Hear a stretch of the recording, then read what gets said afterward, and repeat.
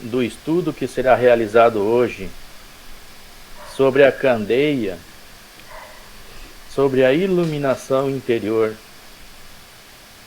que faz parte do nosso processo evolutivo, para podermos obter a conquista da felicidade plena em nossos corações. Rogamos a Jesus, o nosso Mestre amado, que nos acompanhe, que esteja conosco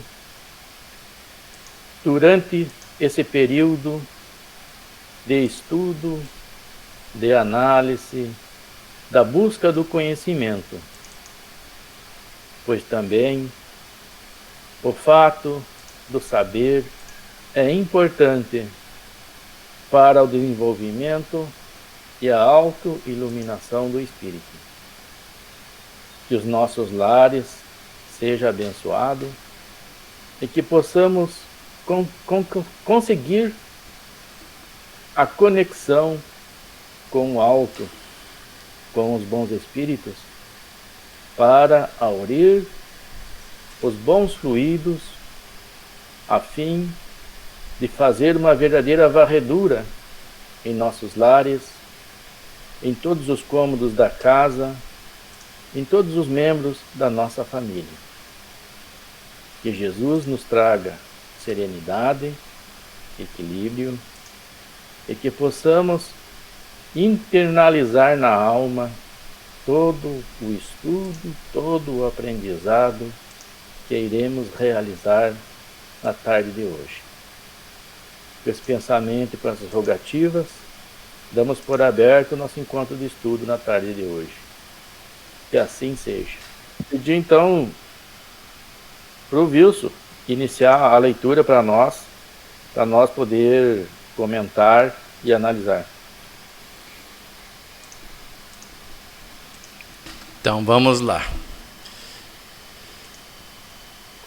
Nós terminamos a parte do último encontro na página 162 do livro eletrônico, lá em Lucas capítulo 11, versículo 34 a 36.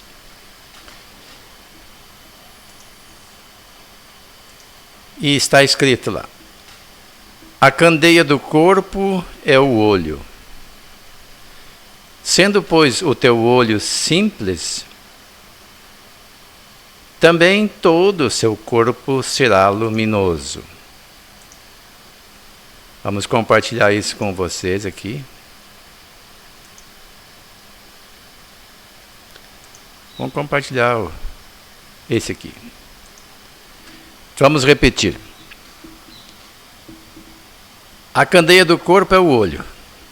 Sendo, pois, o teu olho simples, também todo o teu corpo será luminoso. Mas se for mau, também o teu corpo será tenebroso. Vê, pois, que a luz que em ti há, não sejam trevas. Se, pois, todo o teu corpo é luminoso, não tendo em trevas parte alguma, todo será luminoso, como quando a candeia te ilumina com o seu resplendor. Lucas capítulo 11, versículo 34 a 36. O que Lucas queria dizer com isso, Wilson, a respeito? A candeia do corpo é o olho.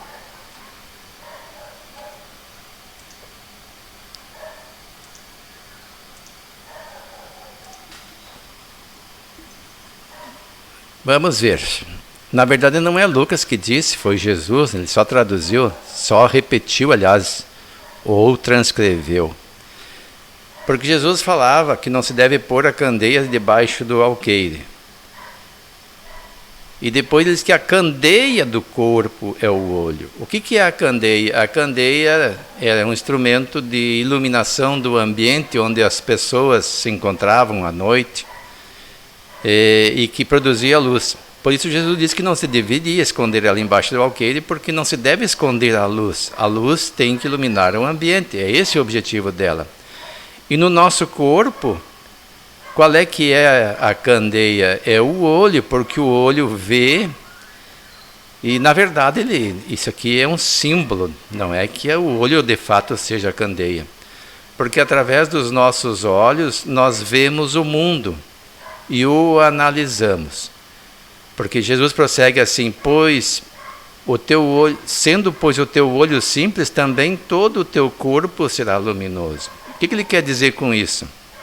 O olho simples é aquele olho que não vê o mundo de forma negativa, mas procura ver o que há de bom e que não vê as coisas para fazer críticas destrutivas, mas para procurar auxiliar, se possível, ou compreender.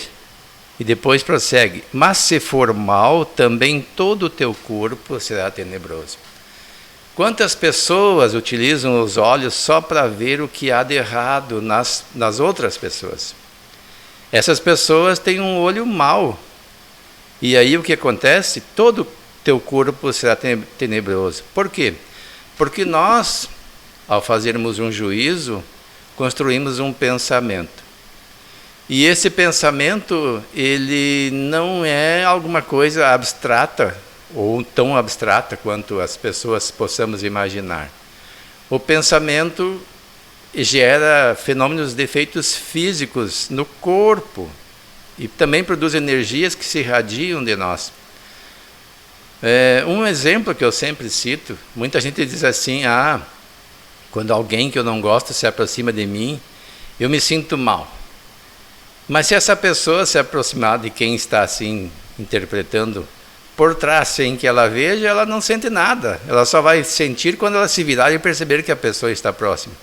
Na verdade, na interpretação minha, não é a pessoa que está produzindo uma energia negativa em relação a ela. Pode até estar, mas é a reação da pessoa que vê e que produz uma energia tão deletéria que passa a sentir-se mal.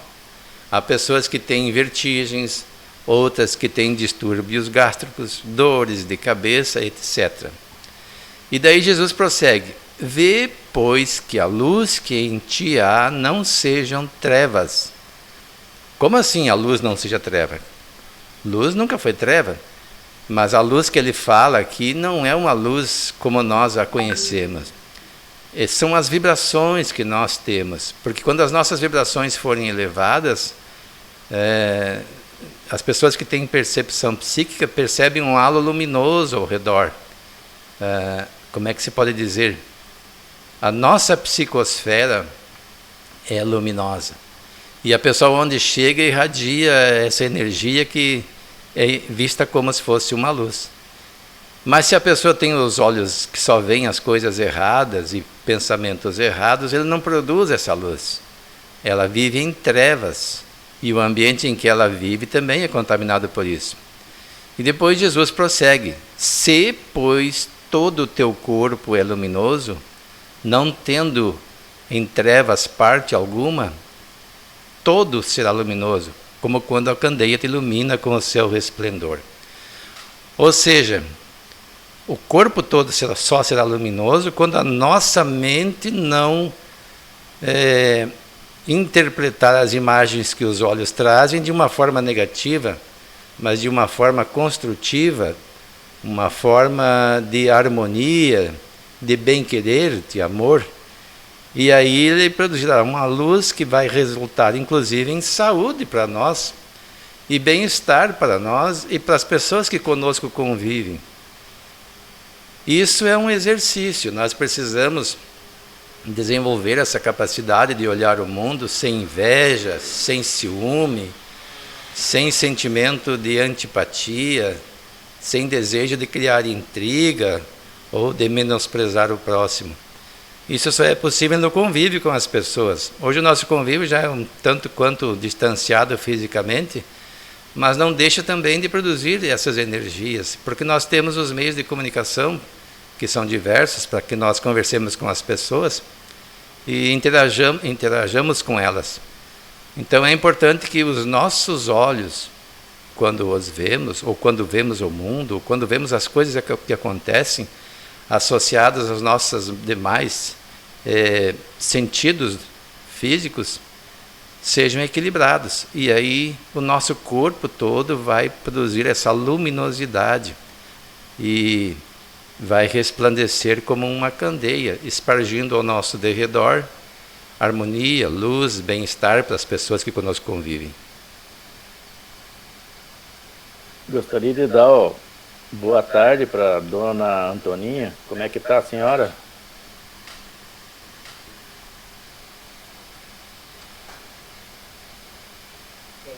Eu estou bem, graças a Deus. Fui fazer a vacina hoje, daí cheguei e deitei ali.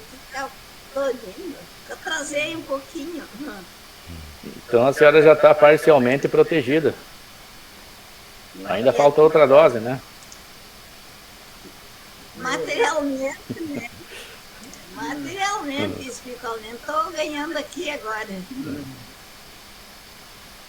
Bem, então voltando ao assunto, existe a expressão que o olho é o espelho da alma. Você concorda, Wilson?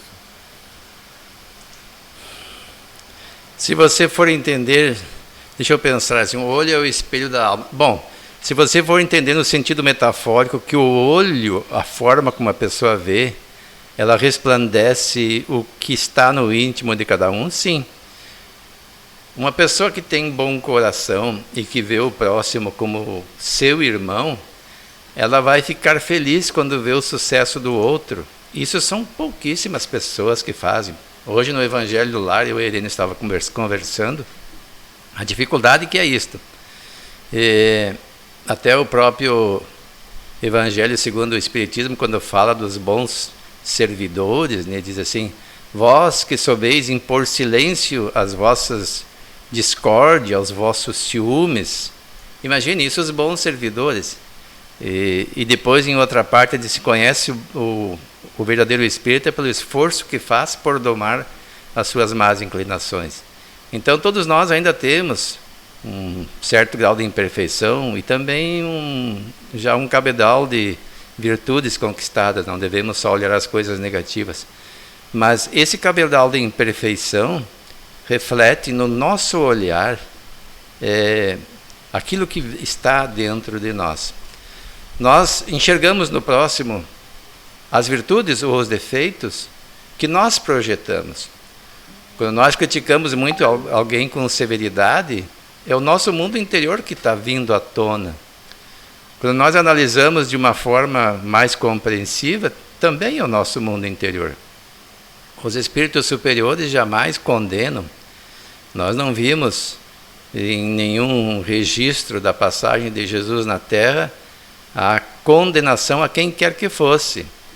Ele condenava os atos, ou repreendia os atos, dizendo que não eram adequados. Mas pessoas não. Ele nunca julgou ninguém dizendo que aquela pessoa não prestava e que merecia isso ou aquilo, seja lá o que for. Ele sempre fazia um juízo que nós devemos imitar, de tolerância, de perdão, de amor, de aproximação. E até chegou a dizer que não são os sãos que precisam de médico, mas os doentes, quando questionado a respeito do seu convívio com pessoas que aqueles que o observavam entendiam inadequadas para uma pessoa que se dizia, e era, né, mas eles apenas achavam que ele se dizia o Filho de Deus. E a iluminação do ser, no sentido assim do ser complexo, ela se encontra no corpo físico ou na alma? Por que Jesus usou essa expressão corpo iluminado ao invés da alma iluminada? Eu acredito que Jesus tenha dito aqui, e é lógico que deve ser isto, todo o teu corpo será luminoso. O que é o nosso corpo? Nós somos espíritos, uma consciência criada por Deus, que sobrevivemos à morte do corpo físico, mas continuamos com o corpo. O corpo perispiritual, palavra trazida a nós por Allan Kardec, na doutrina espírita, que sobrevive à morte do corpo físico e que convive com o nosso corpo físico. Aliás, é o modelador do nosso corpo físico. E Você perguntou antes se os olhos podem ser considerados o espelho da alma. Os olhos, assim como todo o corpo, são instrumentos que nós utilizamos para interagirmos no planeta Terra, ou em qualquer outro mundo que a gente venha a encarnar num corpo físico. Encarnar só pode ser num corpo físico. Então, nesse momento, nós formamos um ser espiritual, perispiritual e orgânico ou físico. A grosso modo, claro que tem muito mais coisas envolvidas, mas para que a gente entenda, é isso aí. E a energia que nós produzimos como seres espirituais repercutem no perispírito e no corpo físico, em forma de saúde, de bem-estar, de um semblante simpático, uma pessoa que sempre se apresenta de bom ânimo, sorridente, e que incute no seu semelhante confiança e prazer em se aproximar, quando essas pessoas também são pessoas de boa fé. Então, o corpo que Jesus fala aqui, que é luminoso, é esse conjunto, perispírito e corpo físico. Mas mais perispírito do que corpo físico, porque o corpo físico é matéria. A luminosidade dele apenas se resplandece, como eu disse, nos traços fisionômicos e numa energia que nem todo mundo vê, só quem tem a faculdade, um certo grau de faculdade mediúnica poderá ver isso, como as auras que alguns veem nas crianças e as distinguem umas das outras, como crianças índigo, crianças cristal, ou crianças que não estão em nenhum desses grupos, que são energias vibracionais que vêm do espírito. Então, podemos afirmar que esse corpo luminoso que Jesus fala, de fato, é o corpo perispiritual, que não morre com a morte do corpo físico. O que tu entende por espírito? Ele é o corpo perispiritual ou está além disso? O corpo perispiritual é apenas um invólucro, de periferia, que está ao redor da energia espírito. No Livro dos Espíritos é perguntado o que é o espírito. Os espíritos não definem exatamente o que é o espírito. Pode ser uma fagulha para nós, porque é impossível explicar a um cego a luz. Então fica difícil de entender. Mas é a consciência. Nós, espíritos, encarnados ou desencarnados, somos uma consciência criada por Deus, individualizadas, que agimos no meio onde nos encontramos, seja ele um mundo dos encarnados, como na Terra, ou o mundo dos espíritos no plano espiritual. E tanto no plano espiritual como no mundo encarnado, nós temos esse perispírito, que é o corpo com o qual nos manifestamos e que reflete o nosso progresso na escala evolutiva.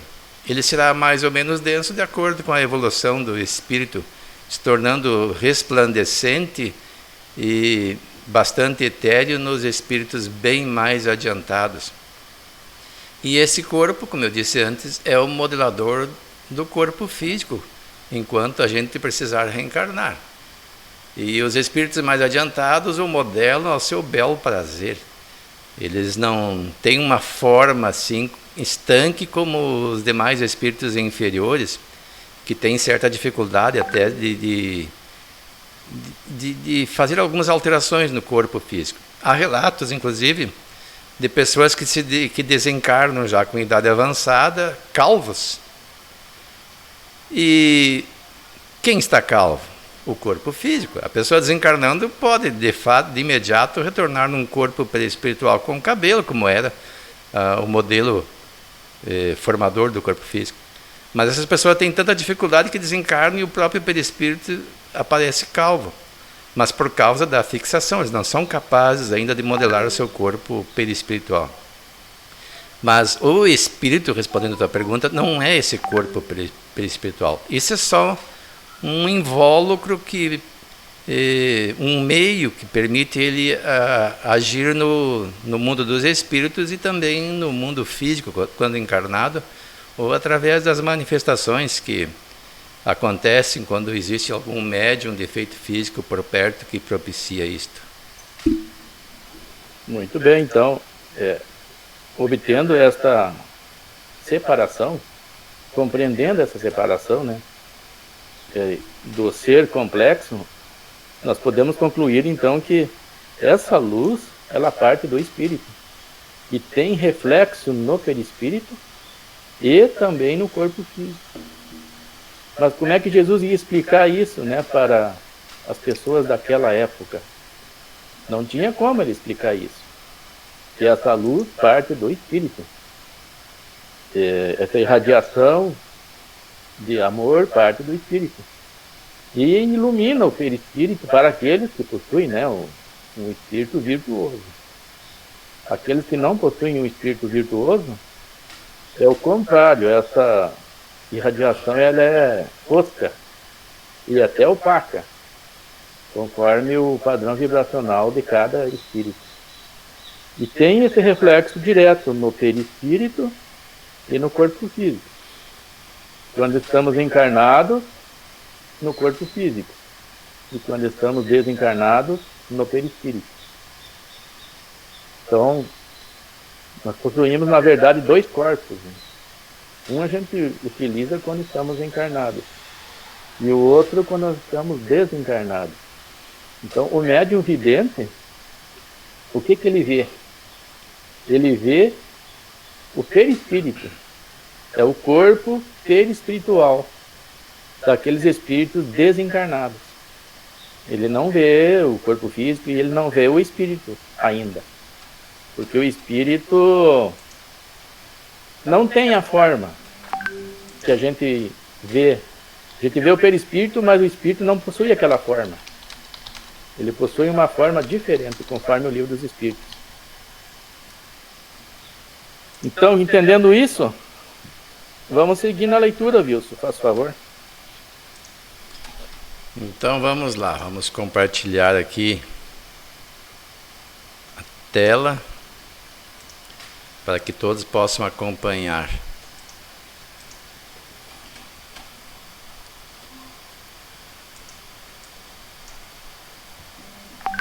O benfeitor Emmanuel assim se expressa a respeito da candeia do corpo. Atentemos aos símbolos da candeia. A claridade da lâmpada, na lâmpada, consome força ou combustível. Sem o sacrifício da energia ou do óleo, não há luz. Para nós, aqui, o material de manutenção é a possibilidade, o recurso, a vida. Nossa existência é uma candeia viva. É um erro lamentável despender nossas forças sem proveito para ninguém, sob a medida de nosso egoísmo, de nossa vaidade ou de nossa limitação pessoal. Coloquemos nossas possibilidades ao dispor dos semelhantes. Ninguém deve amealhar as vantagens da experiência terrestre somente para si.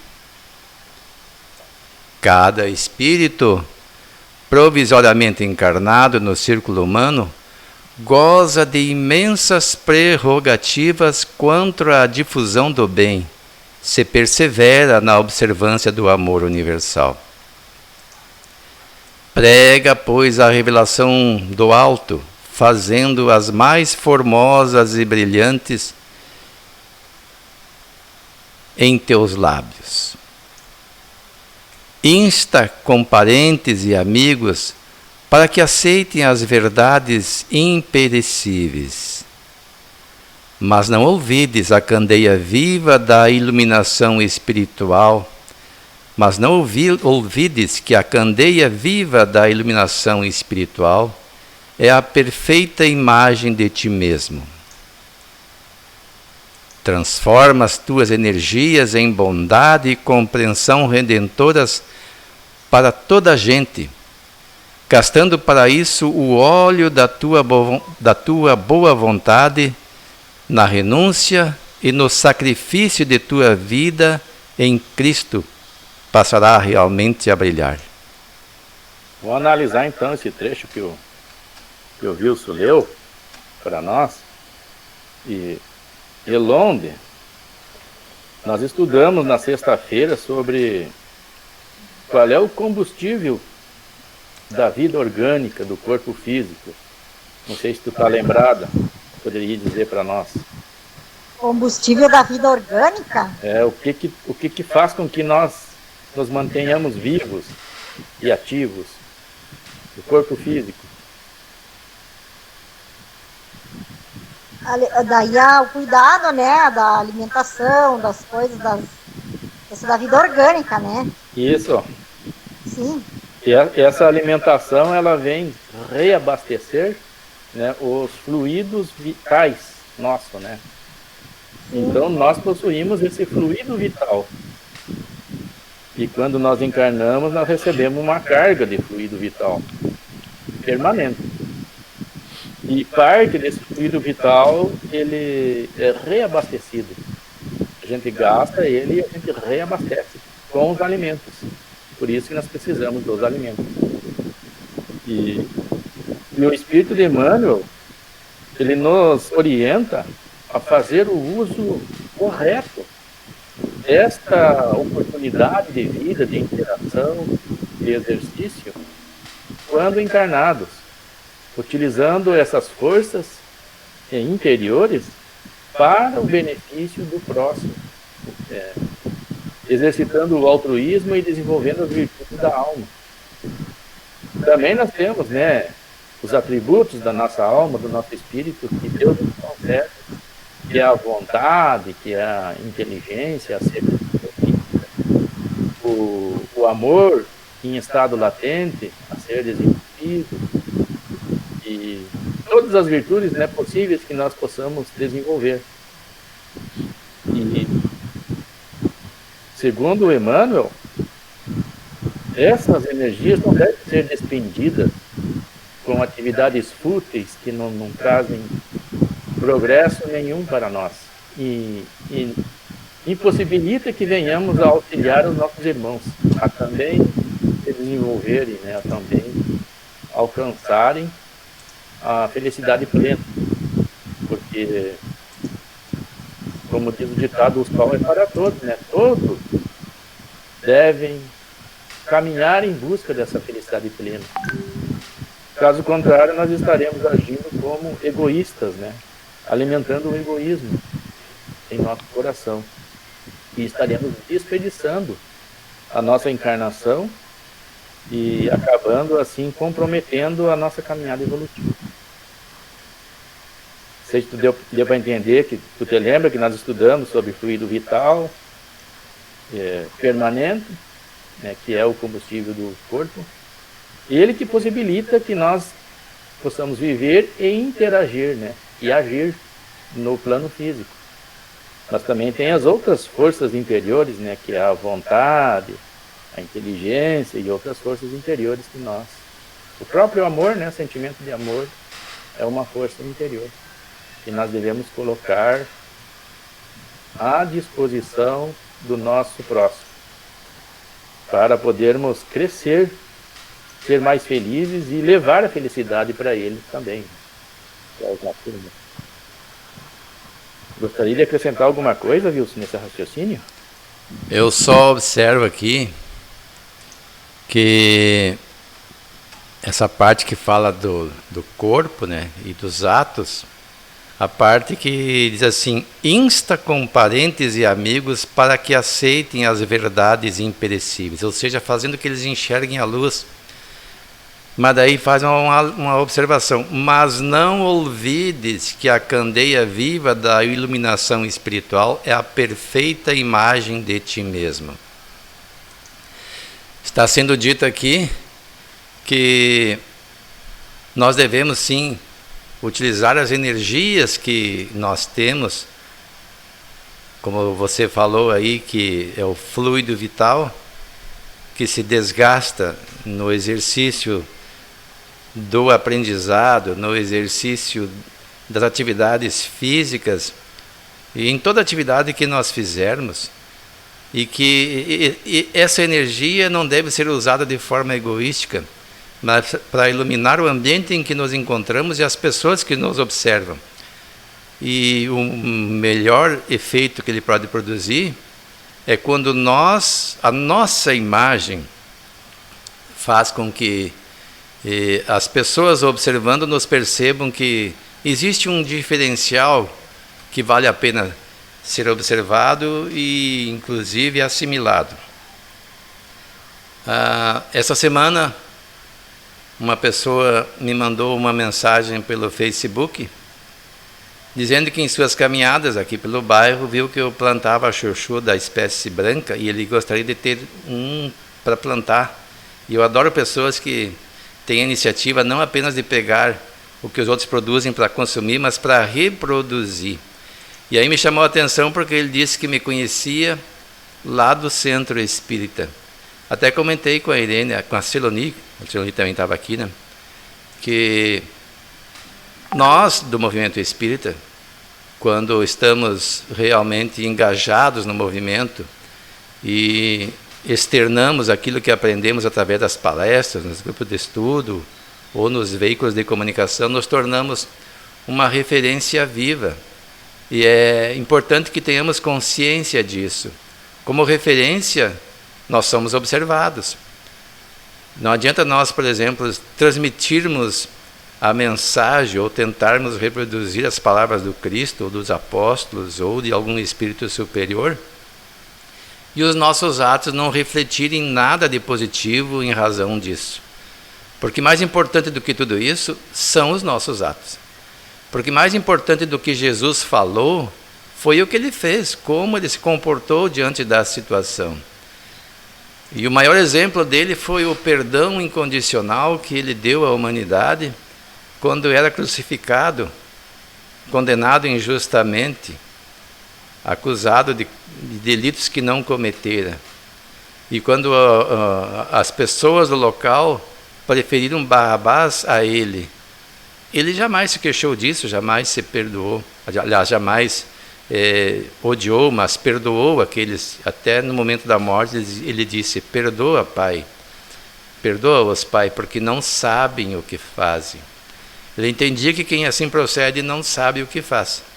Mas nós, já esclarecidos e que pretendemos seguir Jesus, temos que ter esse cuidado de utilizar as nossas energias para acender em nós esta luz, essa candeia, e que ela seja de fato luz, que ela seja agradável, que nós sejamos pessoas agradáveis no convívio com os semelhantes, e não pessoas que espantem alguém quando se aproxima por se tornar desagradável no convívio, na conversa.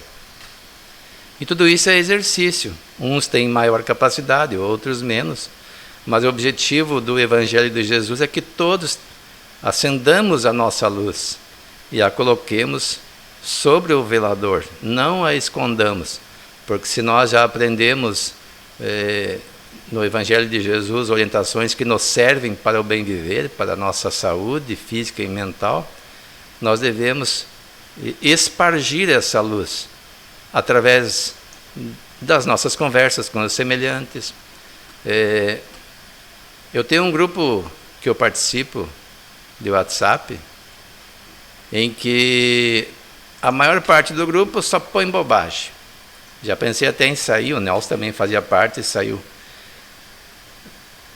Eu não sei se é um justificativo para mim, mas no Evangelho segundo o Espiritismo diz assim: vivei com os homens do vosso tempo como devem viver os homens. Como devem viver os homens, mas não como os homens vivem. E é importante a gente se comportar sempre da melhor forma possível. E eu observei que uma pessoa do grupo veio e entrou em contato comigo no privado, com a conversa de maior importância ou de maior valor, vamos dizer assim, né? Com coisas de mais fundamentos, já voltadas para as questões de comportamento e espirituais desse grupo. Então, onde a gente estiver, a gente tem que ter uma certa postura. A maioria de nós, quando está num grupo, interage com o grupo como quem segue a manada, como mais um elemento da manada. O que todos fazem, a pessoa faz para ser aceita. Não externa o seu pensamento. E isso não é fazer acender a luz em si. Ele está escondendo a sua luz debaixo do velador e vai ser cobrado por isso. E quem externa, mesmo que seja rejeitado, algumas pessoas com maior desenvolvimento vão observar, mas essa pessoa é um pouco diferente. De repente seria até interessante conversar com ela, como foi esse caso em particular. Eu até não sei se essa pessoa não é espírita, porque ela me mandou alguns textos, possivelmente de médiuns, e daí nós começamos a desenvolver uma conversa a respeito do assunto.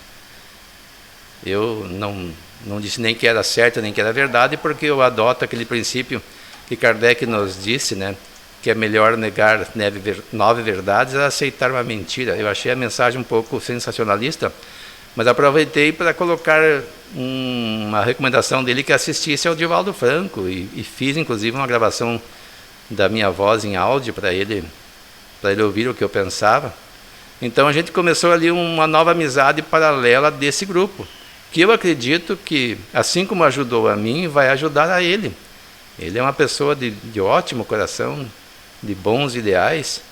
Então isso demonstra como a gente pode fazer para utilizar essa nossa energia,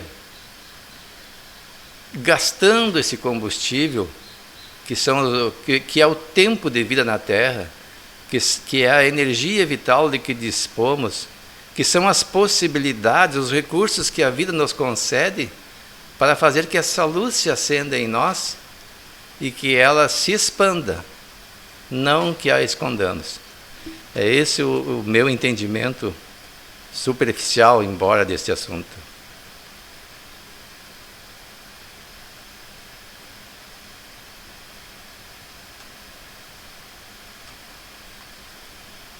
Tu está com o microfone desligado, César, está falando. É verdade mesmo.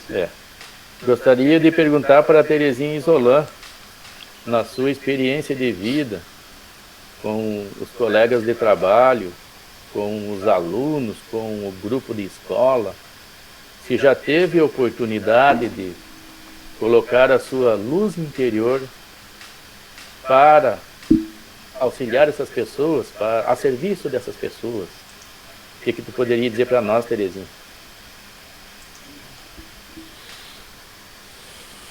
Sempre que a gente trabalhava, fazia as reuniões de professores e tudo, a gente trazia essas, digamos, experiências, né, que a gente já tinha passado a respeito de alunos que desenvolviam certas atitudes, para a gente poder debater e concluir como a gente ia trabalhar com aquele aluno para poder corrigir, para poder ajudar. Então, muitas vezes, a gente fez isso muito. E também o próprio aluno, né? O aluno aconselhando, mostrando o lado do bem, mostrando os atos, né, deles, fazendo refletir sobre isso, para eles verem se estavam certos ou não. Mais ou menos isso, né? Então eu penso que, de alguma forma, essa luz foi usada, né? Exatamente, Terezinha. É a forma que nós encontramos, né, na nossa vida de fazer o bom uso dessa luz interior que nós desenvolvemos ao longo da nossa caminhada evolutiva. E não esconder, né, das pessoas. Fazer com que também as pessoas se iluminem com a nossa luz. E quantos alunos vocês puderam ajudar e auxiliar, né? Que oportunidade, que campo fértil vocês encontraram na frente de vocês. E tudo isso é uma oportunidade, muitas oportunidades, né? Que é preciso agradecer a Deus. Quantas vidas cruzaram pelo caminho de vocês, né? E E essas atitudes voltadas para o bem, para o amor, marcam essas crianças. Eu mesmo tenho lembrança da minha quarta série, da minha terceira série, eu tenho lembrança. Primeira série eu tenho lembrança também. Então é coisas que ficam na alma da gente e a gente leva a vida inteira. Então essa relação de professor e aluno é uma experiência fantástica, uma oportunidade ímpar, né, de colocarmos a nossa luz para beneficiar essas pessoas. E dona Antoninha, eu sei que a senhora trabalhou também em casas espíritas e no campo mediúnico e também colocou a sua luz interior em benefício do próximo. O que a senhora tem a relatar para nós, assim, para nós nos inteirarmos?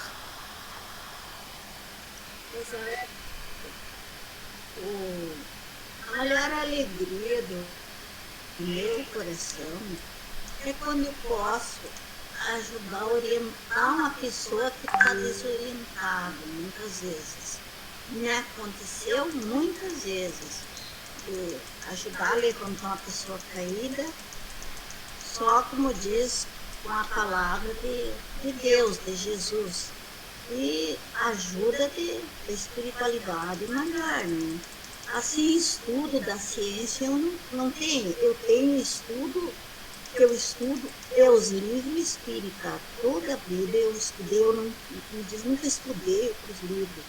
Mas, porém, a gente na rua onde anda, na casa que a gente mora, onde a gente chega, sempre tem uma oportunidade, sempre vem uma oportunidade da gente poder fazer, acender essa luz, como dizer, e iluminar, porque vem a oportunidade da gente fazer o bem com amor. Hoje mesmo, como diz, encontrei pessoas assim pedindo auxílio, e que deu para a gente dar o auxílio, como diz, para fazer um lanche, como também tem a parte espiritual, né?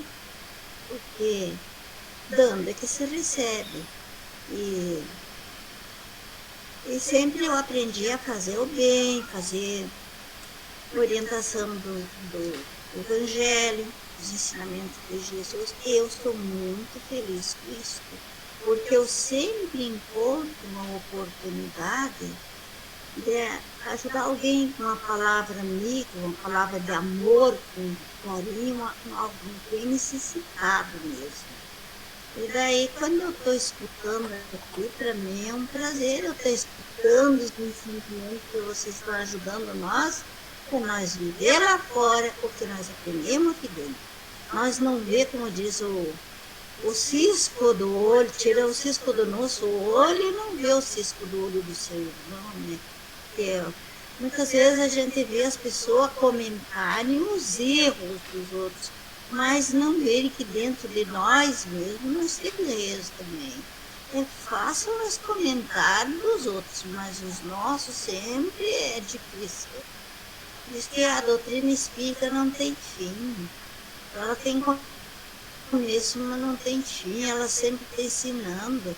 Jesus está presente sempre. Deus criou tudo e está criando, continua criando. Os ensinamentos não cessam de nós estudar, receber e entregar aquilo que é bom. Eu agradeço a Deus, nosso Senhor Jesus, de coração, as oportunidades que Deus me deu nessa encarnação terrena. E graças a Deus eu sou feliz nesse ponto. Tenho uma velhice feliz, porque pude, glória a Jesus, pude estender minha mão. E tenho a maior alegria quando vejo a melhor do meu irmão, a melhor do meu semelhante. Ele colheu e que está produzindo. Agora eu estou colhendo o ensinamento para mim vivenciar esse resto de existência terrena. Como disse, quando eu vim de novo noutra encarnação, eu pude enviar o que é certo, porque hoje estou aprendendo. Como disse os irmãos aí que tem evolução espiritual e estudo, né? Eu agradeço a oportunidade que Deus está me dando. Peço que Deus abençoe todos os irmãos trabalhadores, tá? Obrigado pela oportunidade. Muito bem, dona Antoninha. Na verdade, essa luz interior nossa, ela é muito variada, né? E toda vez que a gente faz uma oração para ajudar uma pessoa encarnada ou um espírito sofredor, dá uma orientação, acolhe com afetividade as pessoas, dá uma palavra amiga, é a nossa luz interior que nós estamos dividindo, estamos levando em favor do nosso irmão, do nosso próximo, colocando a nossa candeia em cima do alqueire, né, para iluminar outras pessoas também. É um exercício da caridade que nos leva ao desenvolvimento do altruísmo, né, o amor para a coletividade, em detrimento do nosso egoísmo, né? O nosso egoísmo ele vai diminuindo, vai enfraquecendo, quando a gente vai desenvolvendo o altruísmo e as outras virtudes necessárias também para que o espírito se torne cada vez mais forte, iluminado e feliz. Vamos seguir então na nossa leitura. Wilson, tu poderia colocar o texto aí para Elonde, seguir na leitura para nós? Vamos ver se ela consegue lá então. Vamos lá.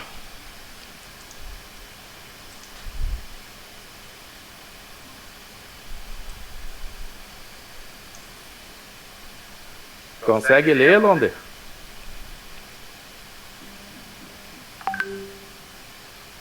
Tá. Não sei se eu consigo.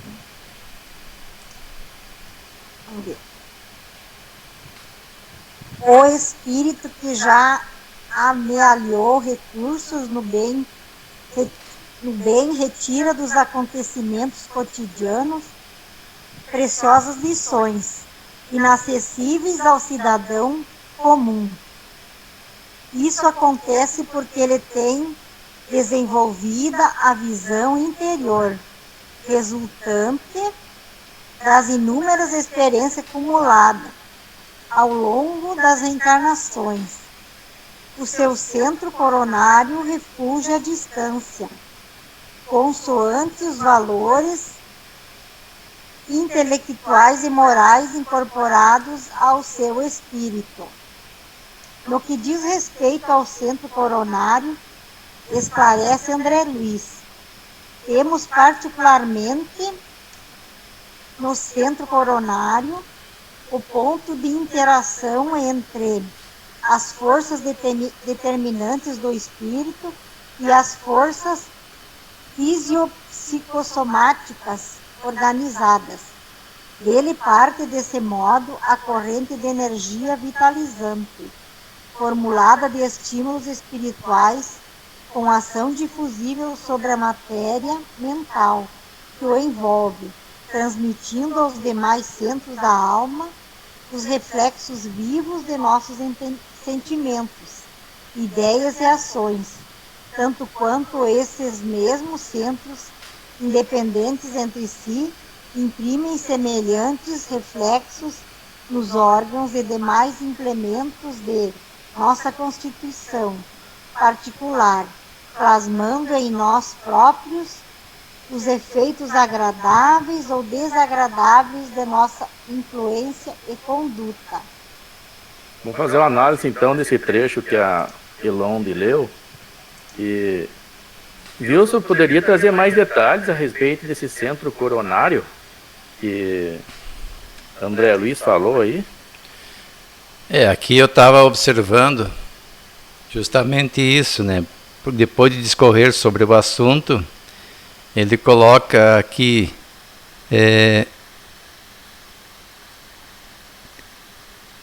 onde é que está aqui? Independente de si, semelhante dos órgãos demais, tá?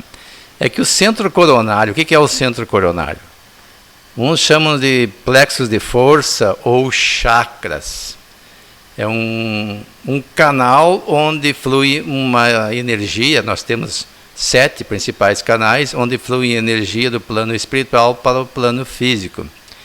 E essas energias vêm de nós, espíritos, passando pelo perispírito, pelo duplo etérico, que é um campo energético que só existe enquanto a pessoa tem um corpo físico, ou seja, enquanto está encarnada, que filtra, deixando passar a energia em quantidade suficiente para manter a vida orgânica de forma mais equilibrada possível. E o principal desses centros de força é o centro coronário. Ele fica, para que nós entendamos, como se fosse aqui em cima, por isso coronário vem de coroa. É um centro energético que recebe energia e distribui para o corpo todo. E daí está colocado aqui, ó, dele parte, desse modo, a corrente de energia vitalizante formada de estímulos espirituais com ação difusível sobre a matéria mental que o envolve, transmitindo aos demais centros da alma os reflexos vivos de nossos sentimentos. Inclusive se adotou há algum tempo, embora existam práticas diversas de transmitir energia pelo passe para as pessoas necessitadas, até por questões legais, a imposição de mão sobre o centro coronário. Porque do centro coronário, essa energia flui para os demais centros, distribuindo a energia onde é necessário. E a orientação da FEB, da FERGS e de demais federações do Brasil é de que façamos o passe com imposição de mão, ou seja, colocando a mão sobre a cabeça da pessoa, um pouco acima, que vai estar mais ou menos na área do centro coronário, que é nessa região aqui. E daí a energia flui. E ele é um importante centro energético. É o ponto de interação entre as forças determinantes do espírito e as forças fisiopsicossomáticas organizadas. Uma pessoa, por exemplo, que tem obsessões leves, ou já uma obsessão média ou grave, geralmente ela é atacada por esse centro de força. Os espíritos começam a influenciar, sugerindo ideias, e depois, se são aceitos, começam a pegar maior domínio, irradiando energia por esse centro energético. Então, quando se faz um passe, até Divaldo Franco orienta como fazer, aí já se usa uma certa técnica de dispersão, mas daí tem movimentos. Aí eu fico pensando como fazer um passe de dispersão apenas colocando a mão sobre a cabeça. Na verdade, o passe pode ser feito até sem imposição de mãos. É porque é a vontade do espírito. A imposição de mão é para dar mais um aspecto físico e uma certa segurança, seria o tipo de um apoio psíquico para quem recebe e para quem doa. Então, se a pessoa está orientada a fazer o passe apenas com imposição de mão, ela imagina aquele movimento de dispersão, né, que vai dispersando a energia, não precisa fazer, só imaginar. Porque a primeira coisa que tem que fazer é dispersar as energias deletérias que estão na mente da pessoa perturbada, para depois aí sim colocar energia salutar, uma energia positiva, que vai substituir a energia deletéria e assim fazendo com que a pessoa melhore. Então a importância desse centro coronário é capital nesse aspecto. E aqui o André Luiz se refere a ele como, pelo que está colocado aqui, o mais importante, que nem menciona os outros, né? Só diz, dele parte, desse modo, a corrente de energia vitalizante formulada de estímulos espirituais com ação difusível sobre a matéria mental que o envolve, transmitindo aos demais centros da alma, nem menciona os outros, reflexos vivos de nossos sentimentos, ideias e ações. Então, ele, resumidamente falando, depois que eu me estendi bastante já, é o principal centro de força, se é que existe um principal, que mantém o equilíbrio orgânico e até psíquico, porque o corpo tem que estar bem, o nosso cérebro tem que estar organizado, para que psiquicamente nós possamos interagir na Terra de uma forma harmoniosa. Este centro coronário, ou centro de força coronário, é localizado no perispírito.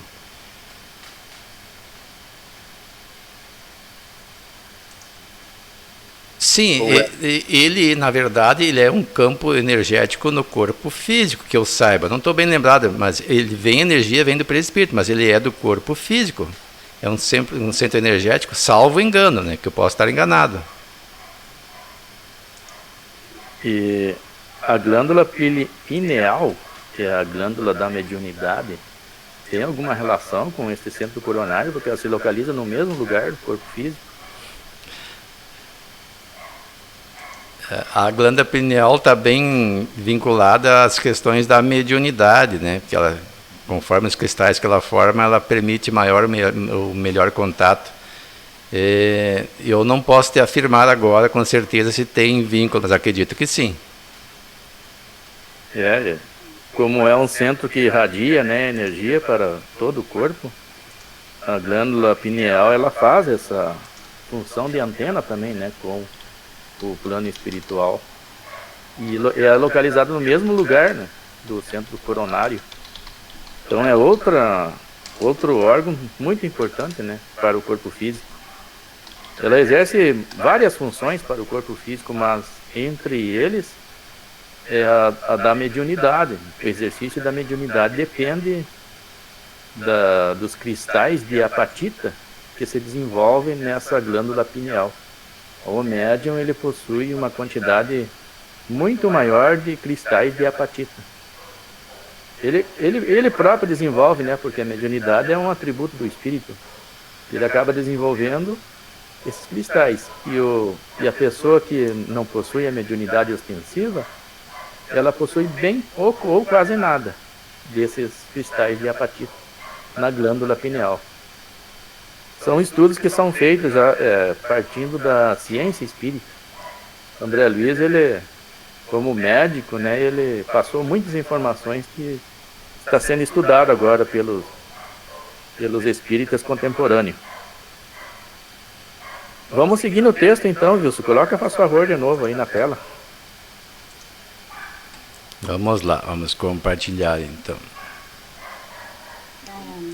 César, eu gostaria só de dar uma referência sobre o que me aconteceu comigo quando eu trabalhava na outra casa. Aí então, eu trabalhava numa sala de orientação, porque eu era, como disse, era da doutrina, era do evangelho, então eu trabalhava numa sala separada, só o de orientação. Daí um dia foram lá para me buscar, para atender uma pessoa que tinha caído, e tinha 3 médicos, eu cheguei lá, assim, 3 médicos trabalhando. Mas nenhum conseguiu levantar aquela pessoa do chão. Deus se apresenta, eu sei que estou contando a verdade. Aí o mentor, eu estava, como diz assim, assistida pelo anjo de guarda, o mentor espiritual. Mas, porém, eu não toquei na pessoa.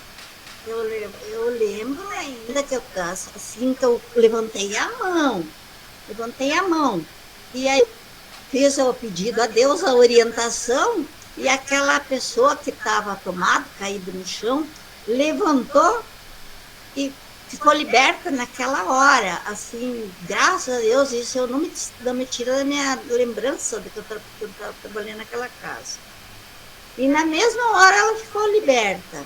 Daí eu só pedi para orar, agradecer a Deus e fiz a orientação conforme eu faço da orientação do Evangelho. Agradecendo a Deus e a Jesus, encaminhando aquele espírito, receba a luz. E aí fiz minha oração para estar assistido pelo meu anjo de guarda, mentor amigo espiritual. E daí outra vez, na mesma sala que eles trabalhavam, foram chamar naquela sala de orientação para mim vir trabalhar para uma mulher que tinha um problema numa perna. E não tinha jeito de sarar aquela perna da mulher. E daí, mas sempre o mentor, amigo, meu anjo de guarda e kardecista. E aí eu levantei, eles colocaram ela numa macra E daí, marca. E daí me chamaram, foram lá na minha salinha de orientação me chamar. Daí ela chegou, ela estava na maca, eu cheguei, orei a Deus, como diz, levantei a mão, como é o sistema que eu aprendi, né? O que eu, aliás, não sei, eu ganhei. E aquela mulher recebeu o trabalho espiritual que eu, naquela hora, Deus atendeu, Jesus atendeu e o mentor amigo espiritual. Mas sempre eu, da fé, eu tenho no mensageiro amigo da espiritualidade maior, é espírito. E daí tá, passou, depois outra vez que a mulher veio, ela queria ganhar mesmo passe por casa comigo, pediu e eu não trabalhei naquela sala, não trabalhava. Aí a mulher disse não. Diz, não, mas aquela mulher que fez o passe para mim aquele dia lá na maca, eu não senti mais nada na minha perna, eu melhorei, eu queria com ela mesmo. Mas ela, a porteira lá, ela não deu oportunidade. E eu fiquei pensando, é o merecimento da pessoa, né? De receber uma cura, assim, de uma pessoa que está caído e tomado no chão e se levantar na hora, assim, é um merecimento da pessoa e é a luz do mentor espiritual que liberta. São as duas coisas, dona Antoninha. É isso. São as duas coisas, dona Antoninha. Tanto o merecimento da pessoa, como também o trabalho realizado pelos espíritos, né? E pelo médium. E a pessoa, ela só obtém a cura se ela tiver, assim, preparada, se ela tiver merecimento, se ela tiver receptível àquela ajuda. E a senhora aí, no caso, a senhora tinha mediunidade de cura e também de efeitos físicos. Que foi possível fazer a terapia daquela pessoa que estava doente, né, com enfermidades físicas, e também para aquela outra pessoa que estava com processo obsessivo. A senhora conseguiu não livrar ela, encaminhar aquele espírito, né, que estava obsediando ela, e ele, provavelmente, ele foi socorrido pelas equipes espirituais mediante a intervenção da senhora. Então a senhora contribuiu para que aquele espírito fosse acolhido e encaminhado. E provavelmente ele aceitou esse encaminhamento, e eu não sei como é que ocorreu depois, se a pessoa voltou a sofrer a ação obsessiva, mas caso ela não tenha sofrido mais, é que esse espírito aceitou ser encaminhado e o tratamento que foi oferecido a ele. Então, o médium, ele nunca trabalha sozinho, a senhora bem sabe disso, né? Ele é assessorado pelos espíritos socorristas e pelo mentor, que estão junto ali do médium. Eles fazem um trabalho importante.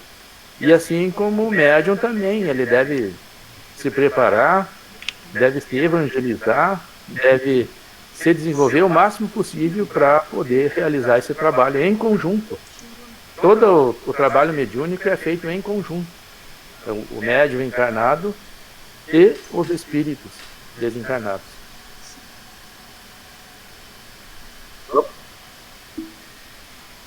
Antes de nós seguir a leitura, eu também queria...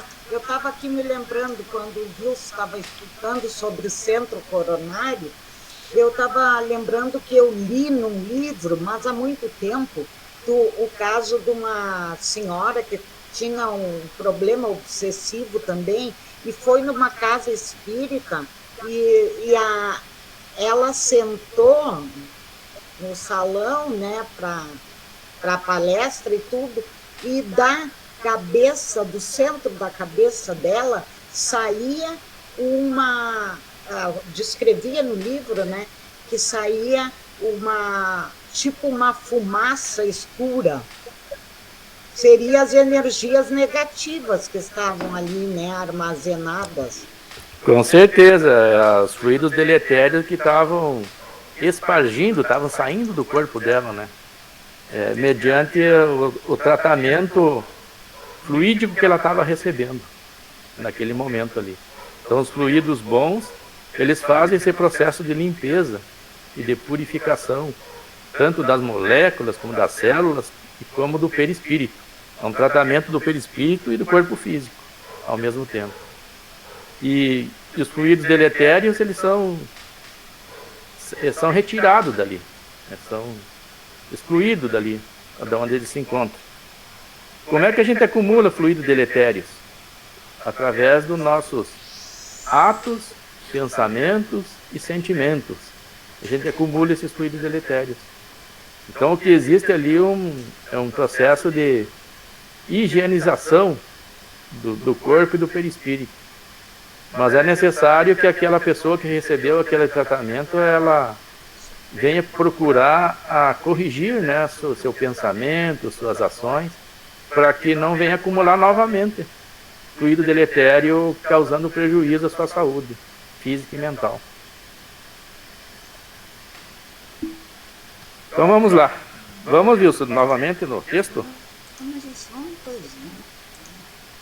Wilson, assim da cabeça. Esse aí foi que eu fui cair nessa casa pedindo, porque eu tinha um problema na cabeça também. Era assim, a minha mentalidade, assim, e dor na cabeça, mas não adiantava remédio. Por isso que eu fui cair aquela vez, até foi a Tere que me levou naquela casa. E lá eu me libertei, depois aí recuperei, né? E graças a Deus consegui voltar para a Fé e Esperança, porque a adoração que eu tenho pela doutrina espírita. Muitas vezes é um chamamento, né, que é feito para as pessoas. Chega numa idade que eclode a mediunidade nela. E é feito esse chamamento. E às vezes vem pelo sofrimento, pela necessidade mesmo.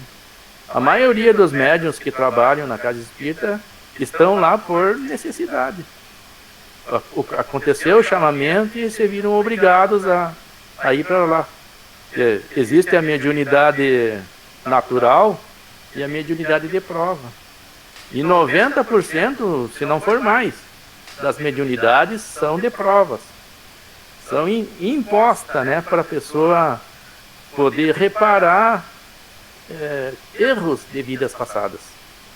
É uma bênção, né? Na verdade é uma bênção para a pessoa reparar aqueles equívocos.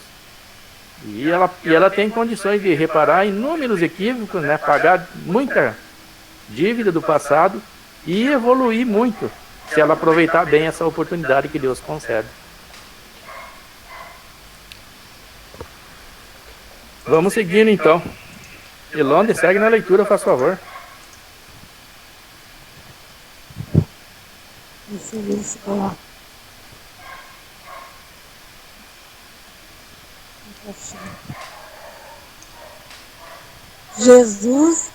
Jesus destaca, porém, a importância de termos todo o corpo luminoso, não tendo em trevas parte alguma, ou seja, é preciso saber que há ciência e há sabedoria, inteligência e conhecimento, intelectualidade e luz espiritual. A pessoa que não sabe fazer essa distinção está sujeita a muitos reveses na existência. Geralmente, todo homem de raciocínio fácil é interpretado à conta de mais sábio. No entanto, há que distinguir. O homem não possui ainda qualidades para registrar a verdadeira luz. Daí a necessidade de prudência e vigilância. Em todos os lugares há industriosos e entendidos, conhecedores e psicólogos. Muitas vezes, porém, não passam de oportunista, prontos para o golpe de interesse inferior. Quantos escrevem livros abomináveis, espalhando veneno nos corações? quantos se aproveitam do rótulo da própria caridade, visando extrair vantagens da ambição, não bastam o engenho e a habilidade. Não satisfaz a simples visão psicológica. É preciso luz divina. Vamos então analisar esse trecho. O que tu entendeu, Wilson, desse trecho aí que a Elonde acabou de ler para nós? Começa assim: Jesus destaca, porém, a importância de termos todo o corpo luminoso, não tendo em trevas parte alguma. E daí ele discorre dizendo que as pessoas às vezes não entendem que para ter o corpo todo luminoso é preciso ter o intelecto e a moral desenvolvida. Aqui ele prossegue, ou seja, é preciso saber que há ciência e há sabedoria, inteligência e conhecimento, intelectualidade e luz espiritual. Ou seja, tem pessoas que são formados na academia, mas não são sábios. Eles têm o conhecimento, mas não sabem utilizá-lo com sabedoria. Tem pessoas que têm conhecimento e não têm inteligência. Como também tem pessoas que têm intelectualidade, mas não têm luz espiritual. Na verdade, se formos olhar, a maioria tem ciência, tem conhecimento, tem intelectualidade. O que falta para a maioria é sabedoria, inteligência e luz espiritual. E aí ele prossegue dizendo: a pessoa que não sabe fazer essa distinção está sujeita a muitos reveses na existência. Porque nós podemos nos enganar porque não sabemos fazer isso. Porque nós achamos que alguém, essa pessoa é muito inteligente. Não, ela decorou algumas coisas, ela tem um conhecimento, mas ela não sabe como resolver problemas. Ela não sabe, porque inteligência o que é? Inteligência é resolver problemas. Claro que a ciência facilita muito isso, mas tem pessoas que não sabem, utilizam a ciência para proveito próprio só. Tu vê uma pessoa que tem um intelecto, por exemplo, uma pessoa que estuda a doutrina espírita, vamos dizer. Ele sabe bastante de espiritismo, é uma pessoa bastante espiritualizada. Será? Será que na vida pessoal ela coloca em prática tudo aquilo que externa através da palavra? Há muitos de nós que sabemos apenas verbalizar, mas não sabemos exteriorizar em ação aquilo que nós conhecemos. Então é importante fazer essa distinção, não para julgar os outros, mas para julgar-se a si próprio, para ver como estamos andando nesse procedimento. E depois prossegue: a pessoa que não sabe fazer as distinções está sujeita a muitos reveses. Já li isso aqui. Geralmente todo homem de raciocínio fácil é interpretado à conta de mais sábio. No entanto, há que distinguir. O homem não possui ainda qualidades para registrar a verdadeira luz. Daí a necessidade de prudência e vigilância. A propósito, eu estava dizendo que eu recebi essa mensagem no WhatsApp de um amigo de um outro grupo, que trazia um texto cheio de meias verdades, na minha interpretação, entremeado de ideias que pareciam trazer esperança, mas na verdade incutem nas pessoas medo, pânico, desespero. Hoje em dia, nos momentos em que vivemos, principalmente em razão do coronavírus, há muitas dessas mensagens por aí, pessoas que se dizem médios, colocam até vídeos na internet, simulam manifestação de espírito. Tem que ter muito cuidado, porque o conhecimento só não quer dizer nada. Então a pessoa sabe como é que funciona as leis de causa e efeito, sabe como é que funciona a interação entre espírito e matéria, mas como utilizar isso de maneira adequada? É preciso ter um pouco mais de discernimento, e nós temos dificuldade de entender isso. Aqui diz assim: em todos os lugares há industriosos e entendidos, conhecedores e psicólogos. O que são esses? São as pessoas que se manifestam, que aprenderam. Muitas vezes, porém, não passam de oportunistas, pronto para o golpe do interesse inferior.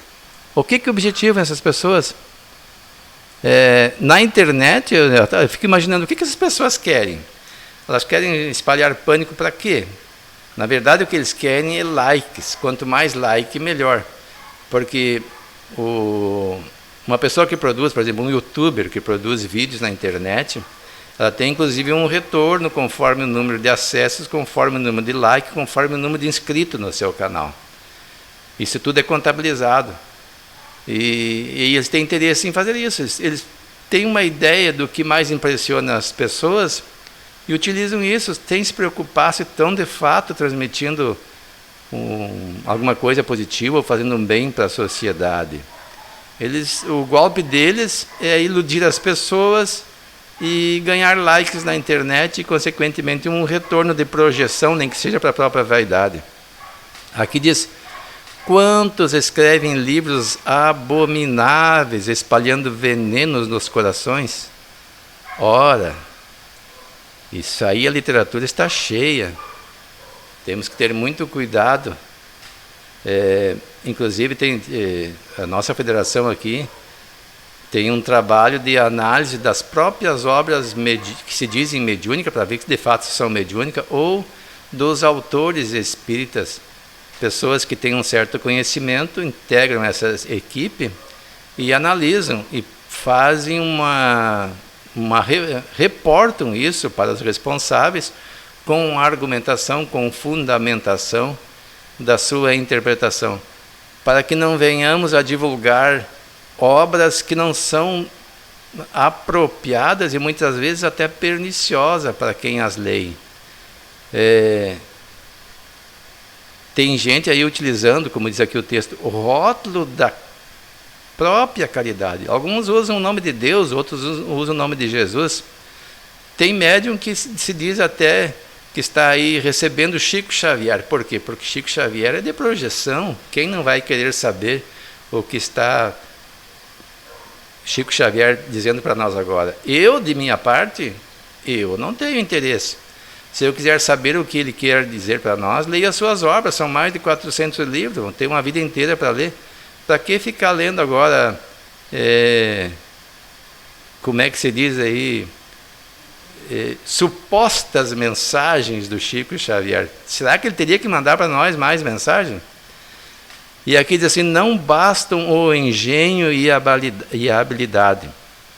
Não satisfaz a simples visão psicológica. É preciso luz divina. Ora, luz divina só pode espargir amor, tranquilidade, esperança, fé, boa vontade, ânimo para as pessoas. Tudo o que for contrário, que vem trazer alarme, é suspeito. E toda pessoa que assim não procede também é suspeita. A propósito, o próprio Cristo disse que muitos enganariam até os eleitos, fazendo coisas de espantar. Tem pessoas que vêm aí com faculdades mediúnicas de efeitos físicos e fazem prodígios. E, em razão disso, arrumam um séquito de pessoas seguidoras de boa fé que são iludidas. Então tem que ter muito cuidado. E aí tem vários critérios. Por exemplo, Jesus recomenda dar de graça o que de graça receber. Isso tem tudo a ver com a mediunidade. Se um médium cobrar o que quer que seja, já é suspeito. Melhor nem consultar, nem procurar um médium desse. Aliás, nem se deve consultar um médium. Deve se orientar com as mensagens que recebe quando é um médium sério, como foi Chico Xavier, como é Edivaldo e tantos outros por aí. Mas aí a pessoa tem que ter um pouquinho de discernimento. Tem gente que gosta do maravilhoso, do espetacular, e não faz uma análise mais aprofundada. Então é importante ver o que essas pessoas estão espargindo: luzes ou trevas? O que eles espalham ao seu derredor iluminam as pessoas ou perturbam as pessoas? Ou tiram proveito das pessoas? Ainda voltando na questão dos médiuns, tem médium que diz que não cobra, mas daí vende um xarope qualquer lá que eles produzem por um preço fora do padrão. E alguns podem dizer, mas ele tem que viver de alguma coisa. Mas a recomendação no Livro dos Médiuns é que usemos o tempo disponível, não o tempo reservado para o ganha-pão. Que tenhamos uma profissão e o tempo disponível que sobra, então usemos para as coisas assistenciais, trabalhos espirituais, ou exercício da mediunidade. E aqueles que estão já aposentados, eles então têm um tempo bem maior para se dedicar a isso. Mas nunca cobrar, nunca usar o argumento de que o médium precisa viver de alguma forma e cobrar. Porque nesse caso é no mínimo suspeito. E pode, muito provavelmente, numa situação dessa, se tornar joguete de um espírito zombeteiro, enganador, porque ele não vai perder a mediunidade, mas ela vai ficar corrompida. E os bons espíritos nessas condições não vão querer trabalhar com um médium assim. Pode até, eventualmente, por necessidade da pessoa que busca esse auxílio, utilizá-lo para esse fim, mas vai ser muito difícil. Eles procuram pessoas sérias, com responsabilidade e que se organizem, não precisem da mediunidade como profissão, para poder, de fato, daí espalhar essa luz, agir como uma candeia. Muito bem, então. Vamos seguir adiante para nós ver se nós conseguimos ler até o final deste capítulo que estamos estudando. Segue na leitura, faz favor, Wilson, para nós. Então vamos lá.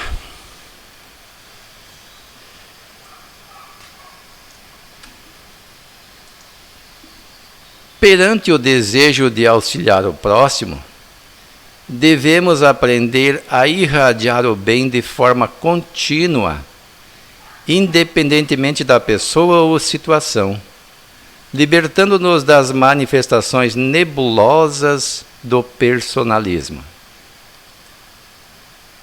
Nem sempre a luz reside onde a opinião comum pretende observá-la. Sagacidade não chega a ser elevação. E o poder expressivo apenas é responsável e sagrado quando se torna ação construtiva com a luz divina. Raciocina, pois, sobre a própria vida. Vê com clareza se a pretensa claridade que há em ti não é sombra de cegueira espiritual. Na medida em que há perseverança na luta educativa, as sugestões negativas do mal não atingem a criatura humana. Caminhando em direção ao bem, o espírito se liberta pouco a pouco das paixões inferiores, revelando um corpo luminoso de virtudes, perseverante. Por outro lado, mantendo-se envolvido pela túnica da humildade, da benevolência, do perdão e da fé, aprende a incorporar a luz em si mesmo. Então vamos fazer uma análise desse trecho que o Wilson leu. O que me chamou a atenção aqui é que nós devemos aprender a irradiar o bem de forma contínua, independentemente da pessoa ou situação, libertando-nos das manifestações nebulosas do personalismo. O personalismo, ele sempre acaba influenciando as nossas ações, a nossa vida. Nós temos que ser perseverantes, então, no bem. E talvez aquelas pessoas que nós não simpatizamos muito, são as que mais vão fazer nós nos desenvolvermos, nós acender a nossa luz interior. E é a elas que nós devemos dirigir toda forma de tolerância, de amor, de perdão, para que haja esse processo de reconciliação e de entendimento. E esse é um trabalho, assim, muito difícil de ser realizado, mas é de extrema importância para que a nossa luz interior realmente acenda e se desenvolva. Porque a própria presença de certas pessoas, nos causa desconforto, nos causa mal-estar. Mas ao conhecê-la com mais profundidade, a gente acaba compreendendo que ela é uma pessoa igual a nós muitas vezes. E que o que nos causa repulsa é talvez aquilo que nós tenhamos dentro do nosso íntimo e desenvolvemos em vidas passadas e está em estado latente a nossa alma. E esse convívio com essa pessoa causa essa ressonância e aquilo nos incomoda, talvez uma imperfeição que a gente demorou muito a vencer ela, ou ainda não venceu, né? E ela está ali em estado latente. E a presença dessa pessoa faz com que ela aflore, e isso nos incomoda muito.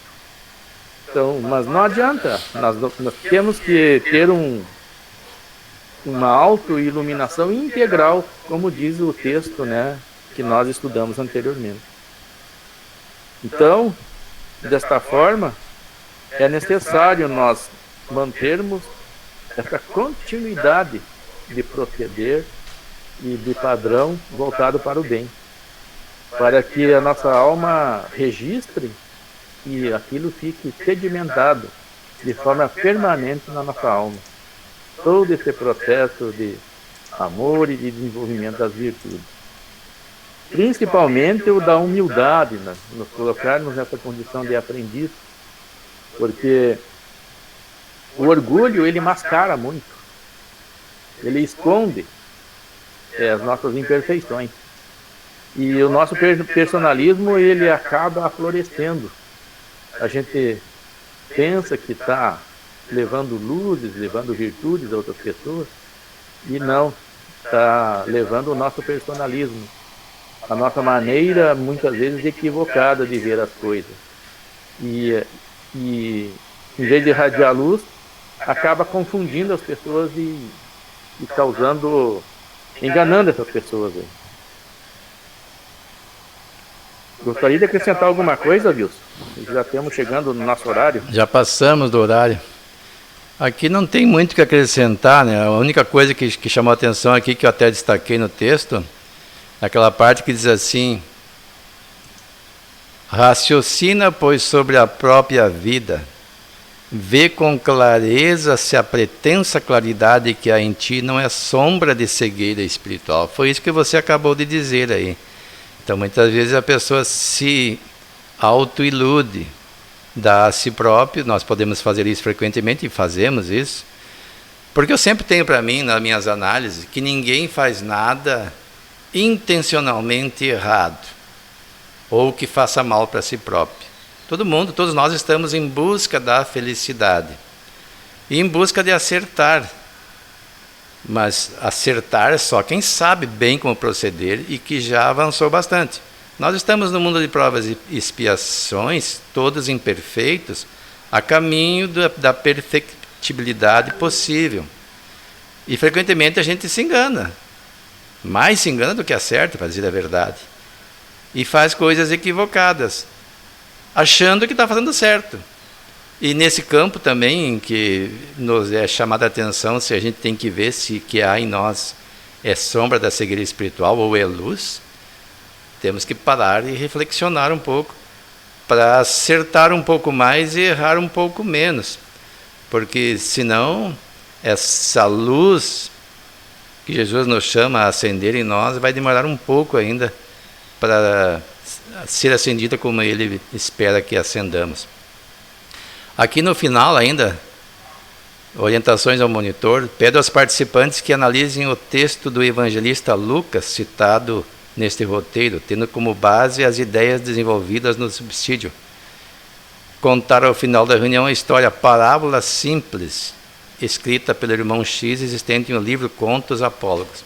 Eu baixei esse livro da internet, ele é disponível lá, e tenho ele prontinho aqui, mas como o tempo não dá mais, nós já extrapolamos o tempo, vamos deixar então para fazer a leitura na abertura do próximo encontro. De minha parte, por hoje era isto. Exatamente, deixar para o próximo sábado, então.